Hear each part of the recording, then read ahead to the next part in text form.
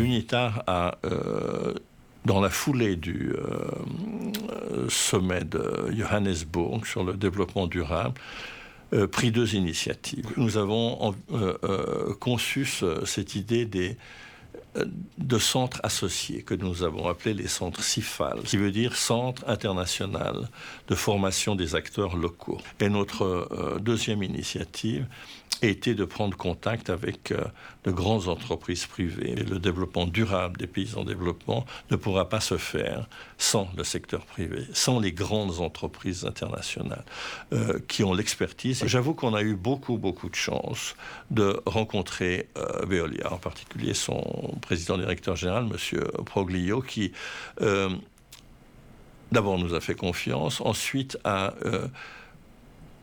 compris immédiatement le sens de ce partenariat public-privé. Donc le CIFAL Curitiba est un de nos premiers centres de formation qui a été créé en 2003.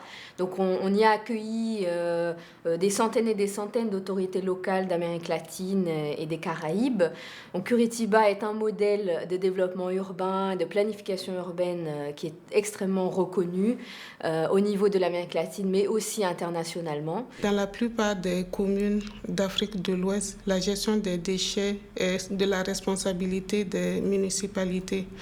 Et la plupart de ces communes ne disposent pas des infrastructures nécessaires comme les décharges contrôlées. Donc les sessions de formation consistent surtout à renforcer leur capacité en termes de gestion. Au niveau de la gestion de l'eau, c'est à peu près la même chose que pour les déchets, parce que dans la plupart de ces communes, elles n'ont pas les moyens pour gérer les infrastructures, déjà pour les mettre en place et ensuite pour les gérer.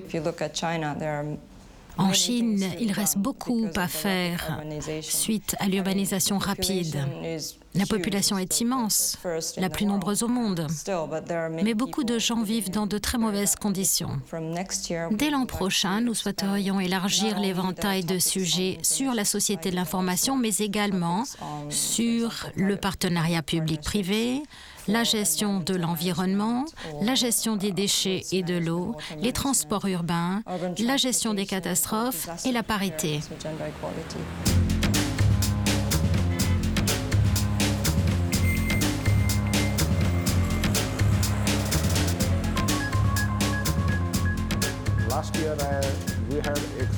L'année dernière, nous avons eu des précipitations très importantes. Partout, il y avait le chaos. Et en fait, on manquait d'informations. Tous les responsables de la police et de la gestion de la circulation manquaient cruellement d'informations. Il y avait des embouteillages et des inondations.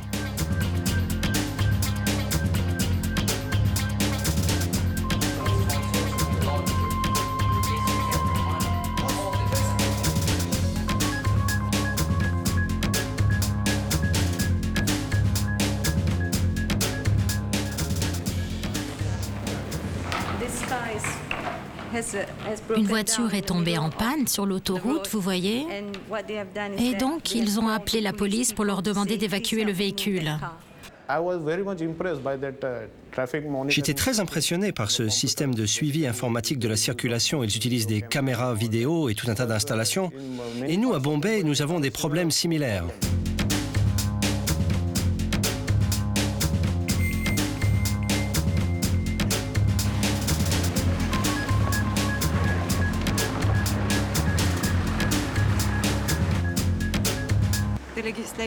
La législation dans le domaine de la gestion des déchets s'est renforcée et aujourd'hui nous avons une bonne législation mais des difficultés de mise en pratique.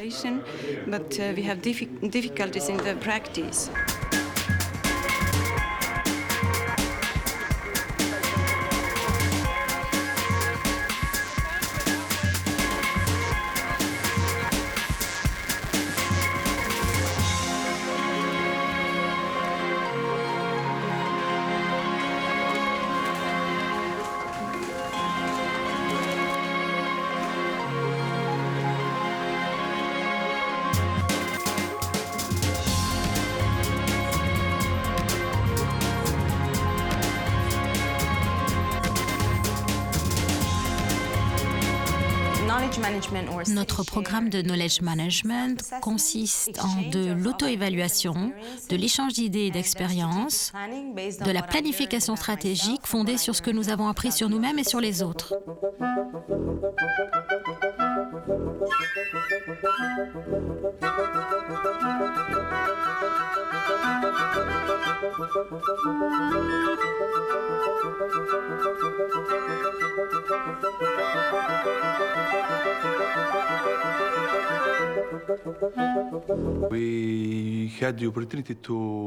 Nous avons eu la possibilité d'écouter des partenaires qui avaient plus d'expérience que nous. J'ai trouvé plusieurs sessions intéressantes.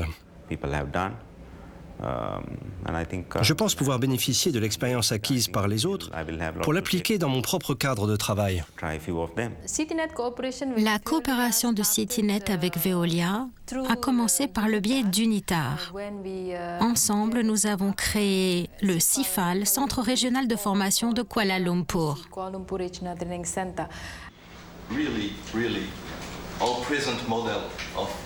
À l'évidence, notre modèle actuel de transport urbain n'est pas durable.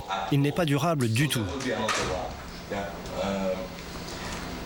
Il y aura un avenir sans voiture, car il ne peut pas y avoir d'avenir avec la voiture. Notre relation avec l'Unitar, elle est harmonieuse et elle est utile. Pourquoi? Parce qu'on reste dans le concret. On est les uns et les autres des gens qui travaillent dans le concret. Ces sessions de formation qui associent des villes de tous les pays, dans tous les continents, sont des sessions qui sont faites pour parler de choses concrètes, pour évoquer des sujets concrets. Donc on est vraiment dans quelque chose qui nous paraît directement utile pour faire progresser les esprits, les mentalités, échanger des bonnes pratiques.